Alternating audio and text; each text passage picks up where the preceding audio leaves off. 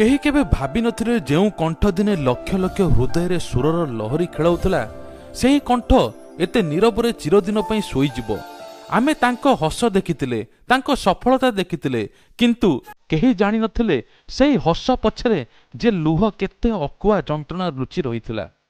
ତାଙ୍କ ଜୀବନରେ ଏକ କବିତା ଭଳି ପ୍ରତିଟି ଧାଡ଼ିରେ ଦୁଃଖ, ପ୍ରତିଟି ଶବ୍ଦରେ ବେଦନା ଥିଲା। ସେ ଜୀବନରେ ପ୍ରତିଟି ମୋଡ଼ରେ ଏକା ଥିଲେ। ସଙ୍ଗୀତ ପାଇଁ ସେ ତ୍ୟାଗ କରିଥିଲେ, ଆଉ ତାହା ହିଁ କଳ୍ପନା ବି କରିପାରିବେ ନାହିଁ। ଆଜି ଆମେ ସେହି ଦୁଃଖର ସାଗର ଭିତରକୁ ଯିବା, ଯାହାକୁ ଆପଣ ହ୍ୟୁମାନ ସାଗର ନାଁରେ ଜାଣିଥାନ୍ତି। ତାଙ୍କ ଜୀବନର ପ୍ରତିଟି ଦୁଃଖ ଭରା ଅଧ୍ୟାୟକୁ ଆମେ ଆପଣଙ୍କ ସାମ୍ନାରେ ରଖିବା, ଆଉ ପ୍ରତିଜ୍ଞା କରୁଛି ଆପଣଙ୍କ ଆଖିରୁ ନିଶ୍ଚୟ ଲୁହ ମଧ୍ୟ ଆସିଯିବ। ପ୍ରକୃତରେ ତାଙ୍କର ଜୀବନ ଭରା କାହାଣୀ ଶୁଣିଲେ ଆପଣମାନେ ମଧ୍ୟ କାନ୍ଦି ପକାଇବେ।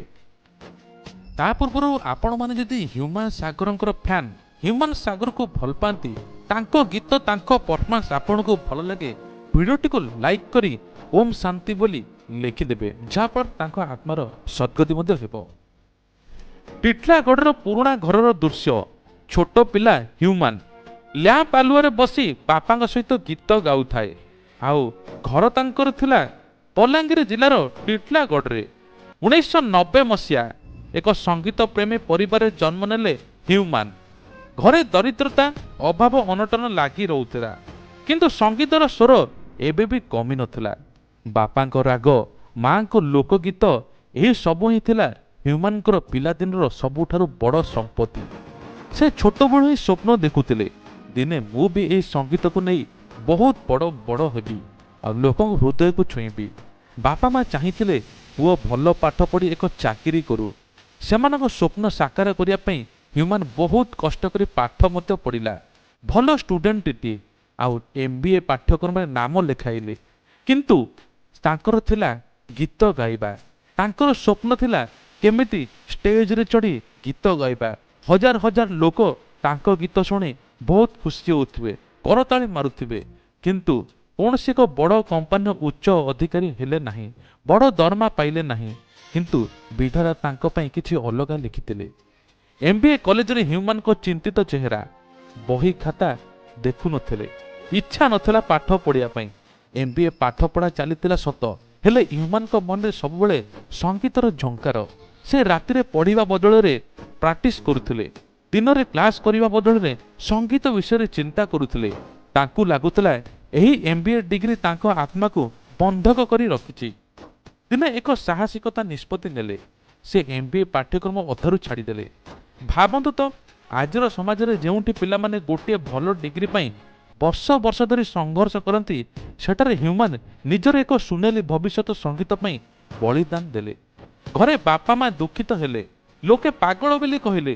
ଆରେ ଏଇ ପାଗଳଟା ନା କ'ଣ, ଏତେ ଭଲ ପାଠ ପଢ଼ିଥିଲା, MBAରେ ଆଡ଼ମିସନ୍ କରିଥିଲା, ଶେଷରେ ଅଧାରୁ ପାଠ ଛାଡ଼ିଦେଲା, ତାର ଭବିଷ୍ୟତ ଅନ୍ଧାର ହୋଇଗଲା। କେତେ ଲୋକ କେତେ କଥା ମଧ୍ୟ କହିଲେ, କିନ୍ତୁ ସେ ଜାଣିଥିଲେ ସଙ୍ଗୀତ ହିଁ ତାଙ୍କର ଏକମାତ୍ର ପରିଚୟ। କିନ୍ତୁ ହ୍ୟୁମାନ ତାଙ୍କ ନିଷ୍ପତ୍ତିରେ ଅଟଳ ଥିଲେ। ଛୋଟ ଛୋଟ ମଞ୍ଚରେ ଗାଇବା ଆରମ୍ଭ କଲେ। ଶେଷରେ ଭଏସ୍ ଅଫ୍ ଓଡ଼ିଶା ତାଙ୍କ ସଫଳତାର ଦ୍ୱାର ଖୋଲିଗଲା। ସେହି ମଞ୍ଚରେ ସେ ଗୀତ ଗାଇଲେ, ଲାଗିଲା ସାକ୍ଷାତ ଯେମିତି ଜଣେ ପରଫର୍ମାନ୍ସ, ଯେମିତି ଗୋଟେ ଆଗ ଧାଡ଼ିର ସିଙ୍ଗର ଗାଉଛି। ଆଉ ତାଙ୍କ ସ୍ୱରର ଯାଦୁର ସାରା ଓଡ଼ିଶା ମକ୍ତ ହୋଇଗଲା। ଆଉ ସେ ମଧ୍ୟ ୱିନର ପାଲଟି ଗଲେ। ଆଉ ଜଣେ ସାଧାରଣ ହ୍ୟୁମାନ ସାଗରରୁ ପାଲଟି ଗଲେ ଷ୍ଟାର ହ୍ୟୁମାନ ସାଗର। ଗୋଟିଏ ପରେ ଗୋଟିଏ ହିଟ୍ ଗୀତର କ୍ଲିପ୍, ଷ୍ଟୁଡ଼ିଓରେ ରେକର୍ଡିଂ, ଫ୍ୟାନ୍ ମାନଙ୍କର ଭିଡ଼, ହ୍ୟୁମାନଙ୍କ ଖୁସି କହିଲେ ନ ସରେ। ନୂଆ ନୂଆ ପାଦ ଦେଇଛନ୍ତି ସଙ୍ଗୀତ ଦୁନିଆରେ। ଲୋକଙ୍କର ପ୍ରବଳ ଭିଡ଼, କାରଣ ହ୍ୟୁମାନଙ୍କର ଗୀତ ଶୁଣିବା ପାଇଁ ଲୋକ ଅପେକ୍ଷା କରିଥାନ୍ତି। ସଙ୍ଗୀତ ପାଇଁ MBA ଡିଗ୍ରୀ ଛାଡ଼ିଥିବା ହ୍ୟୁମାନଙ୍କୁ ସଫଳତା ମିଳିଲା। ଧନ ସମ୍ପତ୍ତି, ଲୋକପ୍ରିୟତା ସବୁକିଛି ତାଙ୍କର ପାଦ ତଳେ ଥିଲା। କିନ୍ତୁ ଏହି ସଫଳତା ଆଲୁଅରେ ଦୁଃଖର ଅନ୍ଧାର ଛାଇ ପୁଣି ଘୋଟିଗଲା।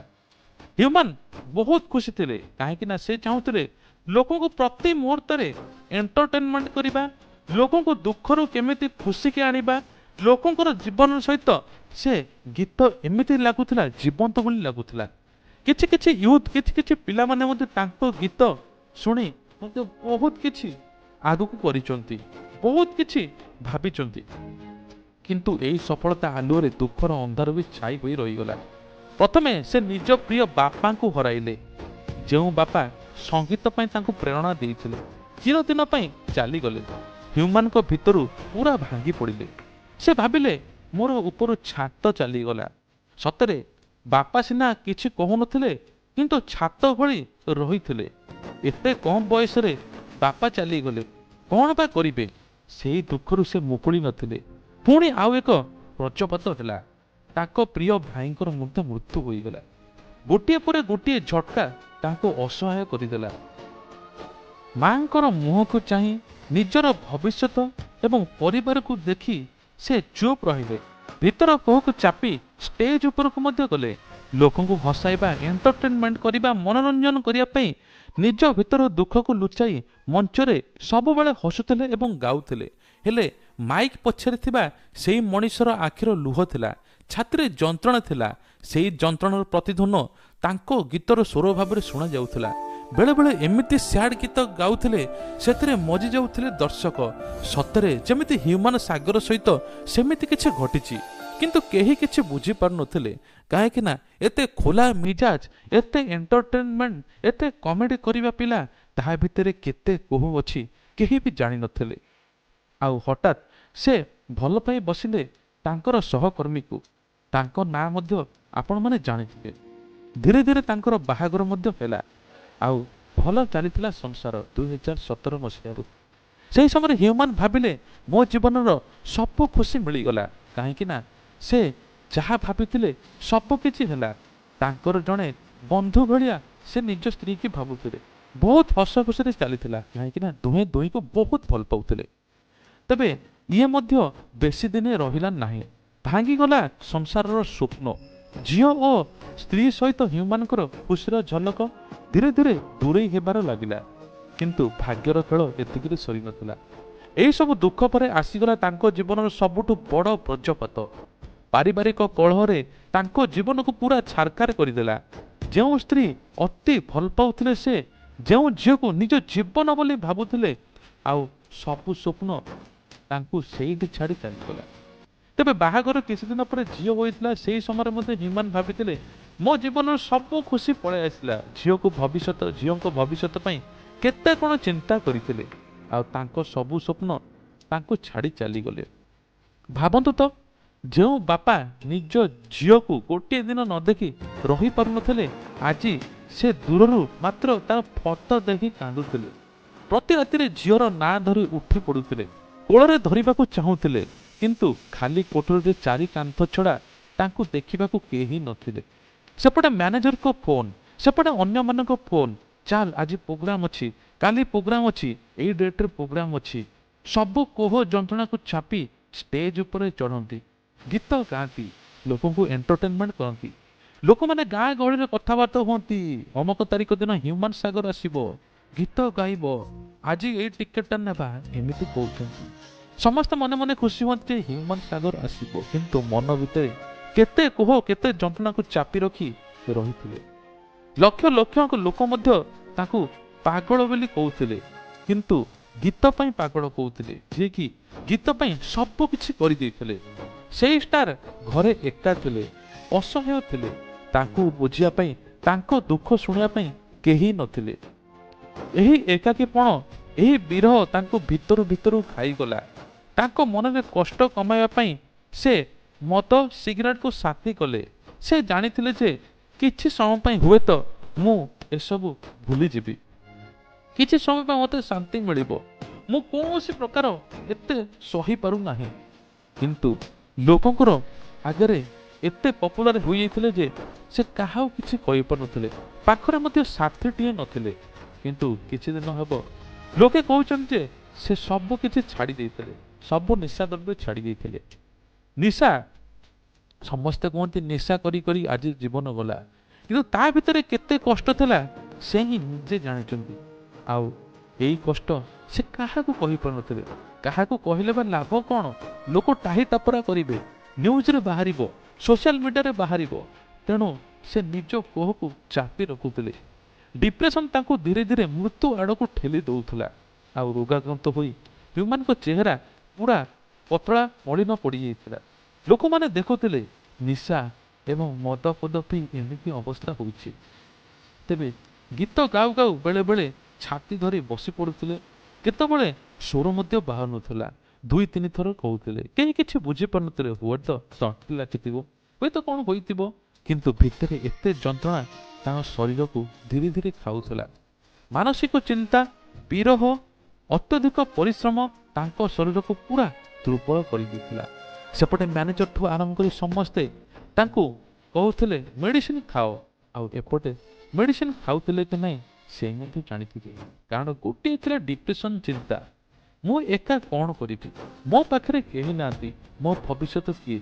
ହୁଏତ ମୋ ଝିଅକୁ ଦେଖିଲେ ମୋ ମନ ଶାନ୍ତି ହୋଇଯିବ, ହୁଏତ ମୋ ଝିଅ ଭବିଷ୍ୟତ ପାଇଁ ସବୁ କିଛି ନିଜ ସ୍ତ୍ରୀକୁ ନିଜ ଝିଅକୁ ପାଇଁ ଯାହା ବି ପରିଶ୍ରମ କରୁଥିଲେ ସବୁ ଦେଉଥିଲେ। ଆଉ ଡାକ୍ତର ମଧ୍ୟ ତାଙ୍କୁ ସ୍ପଷ୍ଟ ଭାବରେ କହିଥିଲେ, ହ୍ୟୁମାନ ଆପଣଙ୍କ ଶରୀର ସାଥ ଦେଉନି, ଆପଣଙ୍କୁ ବିଶ୍ରାମ ନେବାକୁ ପଡ଼ିବ, ନହେଲେ ବିପଦ ପଡ଼ିପାରେ। କିନ୍ତୁ ହ୍ୟୁମାନ କାହା କଥା ଶୁଣିଲେ ନାହିଁ। ସେ କହିଲେ, ମୁଁ ଗାଇବି, ମଲା ଯାଏଁ ଗାଇବି, ଆଉ ଲୋକମାନେ ମଧ୍ୟ ଶୁଣିବେ। ଯଦି ଘରେ ବସିଥିବି ତେବେ ମୋ ପରିବାର ଚଳିବ କେମିତି? ମୋ ଝିଅର ଭବିଷ୍ୟତ କ'ଣ ହେବ? ମୋ ସତକୁ ସତ ହ୍ୟୁମାନ ମଧ୍ୟ ଗାଇଲେ। ବହୁତ କଷ୍ଟ ଯନ୍ତ୍ରଣା ହେଉଥାଏ, ରକ୍ତଚାପ ବଢ଼ିଲା, କିଡନୀ ଉପରେ ପ୍ରଭାବ ପଡ଼ିଲା, ଲିଭର ମଧ୍ୟ ଖରାପ ହେଲା, ଶରୀର ଭିତରୁ ଭାଙ୍ଗି ଭାଙ୍ଗି ଚାଲିଥିଲା। ସବୁବେଳେ ତାଙ୍କୁ ଥକା ଲାଗୁଥାଏ, ତଥାପି ଷ୍ଟେଜ ଉପରେ ଗୀତ ଗାଉଥାନ୍ତି। ଲୋକମାନେ ତାଙ୍କ ଗୀତ ଶୁଣିବା ପାଇଁ ଚାହୁଁଥିଲେ, ଆଉ ସେ ସେମାନଙ୍କୁ ନିରାଶ କରିବା ପାଇଁ ଚାହୁଁନଥିଲେ। ବହୁତ ଫୋର୍ସ, ବହୁତ କଷ୍ଟ। ଏପଟେ ଝିଅ ସ୍ତ୍ରୀଙ୍କ ପାଇଁ ଖର୍ଚ୍ଚ ମଧ୍ୟ ଦେଉଥିଲେ, ମା ପାଇଁ ଖର୍ଚ୍ଚ ଦେଉଥିଲେ, ଏକାକୀ ପରିଶ୍ରମ କରୁଥିଲେ। ସବୁ ଖର୍ଚ୍ଚ, ସବୁ ପରିଶ୍ରମ କେବଳ ଗୋଟିଏ ଥିରେ ସବୁକିଛି ଲିପ୍ତ ହୋଇଯାଇଥାନ୍ତା। ଯଦି ସ୍ତ୍ରୀ ଝିଅ ସବୁ ଥାନ୍ତେ, ବହୁତ ପରିଶ୍ରମ କରିଥାନ୍ତେ, କିନ୍ତୁ ଏପଟେ ତାଙ୍କ ଶରୀର ତାଙ୍କୁ ଖାଉଥିଲା। ଆଉ କେତେଥର ଷ୍ଟେଜ ଉପରେ ଗୀତ ଗାଉ ଗାଉ ଛାତି ମଧ୍ୟ ଧରିଛନ୍ତି। ଟିମ୍ ମେମ୍ବର୍ସ ତାଙ୍କୁ ଉଠାଉଛନ୍ତି, ତାଙ୍କୁ ଲାଗୁଥିଲା ଏହି ସଙ୍ଗୀତ ହିଁ ତାଙ୍କର ଏକମାତ୍ର ସାଥୀ, ଏହି ସଙ୍ଗୀତ ତାଙ୍କ ଯନ୍ତ୍ରଣାକୁ ଭୁଲାଇ ଦେଉଛି। ଆଉ ଠିକ୍ ନଭେମ୍ବର 12 ତାରିଖ ଯେଉଁଦିନ ସେ ମେଡ଼ିକାଲ ଗଲେ, ମେଡ଼ିକାଲରେ ମଧ୍ୟ ଦେଖାଇଲେ, ଆଉ 14 ତାରିଖରେ ମଧ୍ୟ ଗଲେ, ଏମ୍ସ ହସ୍ପିଟାଲରେ ରହିଲେ, ଟ୍ରିଟମେଣ୍ଟ ମଧ୍ୟ ହେଲେ। ବହୁତ ଲୋକ ତାଙ୍କୁ ମଧ୍ୟ ଭାବୁଥିଲେ ହ୍ୟୁମାନ ସାଗର ଫେରି ଆସିଛି। ପ୍ରଭୁ ଜଗନ୍ନାଥଙ୍କ ପାଖରେ, ସମୟ ଠାକୁରଙ୍କ ପାଖରେ ପ୍ରାର୍ଥନା କରୁଥିଲେ, ପ୍ରଭୁ ଆଟଲିଷ୍ଟ ଗୋଟେ ଭଲ ସିଙ୍ଗର ଆମ ଓଡ଼ିଶାରେ ଦେବୁ। ଆଉ ସତକୁ ସତ କଳା ଅନ୍ଧାର ଘୋଟିଗଲା। ନଭେମ୍ବର 17 ତାରିଖ ହସ୍ପିଟାଲରେ ଲୋକଙ୍କର ଭିଡ଼, କାହିଁ କୁଆଡ଼ୁ ଲୋକ ଧାଇଁ ଆସିଲେ। ଶେଷରେ ଆସିଲା ଅଭିଶପ୍ତ ଦିନ। ଭୁବନେଶ୍ୱର ଏକ ହସ୍ପିଟାଲ, ଏମ୍ସ ହସ୍ପିଟାଲ, ହ୍ୟୁମାନ ସାଗର ଶେଷ ନିଶ୍ୱାସ ତ୍ୟାଗ କଲେ। ଶରୀରର ପ୍ରତିଟି ଅଙ୍ଗ ତାଙ୍କୁ ଧୋକା ଦେଇ ସାରିଥିଲା। ଶୁଣାଯାଏ ଯେ ଶେଷ ମୁହୂର୍ତ୍ତରେ ସେ ଅତି କ୍ଷୀଣ ସ୍ୱରରେ ଡାକୁଥିଲେ, ମା, ମୋ ଝିଅ କୁଆଡ଼େ ଗଲା? ମୋ ଝିଅକୁ ଟିକେ ଦେଖିବାକୁ ମିଳିବନି? ହୁଏତ ଶେଷ ଥର ପାଇଁ ମୋ ଝିଅକୁ ଟିକେ ମୁଁ କୋଳେଇ ନେବାକୁ ଚାହୁଁଥିଲେ। ତାଙ୍କ ଆଖିରୁ 2 ଧାର ଲୁହ ପଡ଼ୁଥିଲା।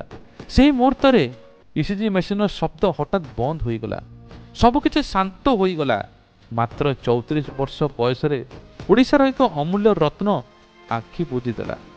MBA ପାଠ ଛାଡ଼ି ସଙ୍ଗୀତ ପାଇଁ ନିଜକୁ ଉତ୍ସର୍ଗ କରିଥିବା ହ୍ୟୁମାନ ସାଗର ନିଜ ଜୀବନ ଯୁଦ୍ଧରେ ହାରିଗଲେ ସତ, କିନ୍ତୁ କୋଟି କୋଟି ଓଡ଼ିଆଙ୍କ ହୃଦୟରେ ଅମର ହୋଇ ରହିଗଲେ।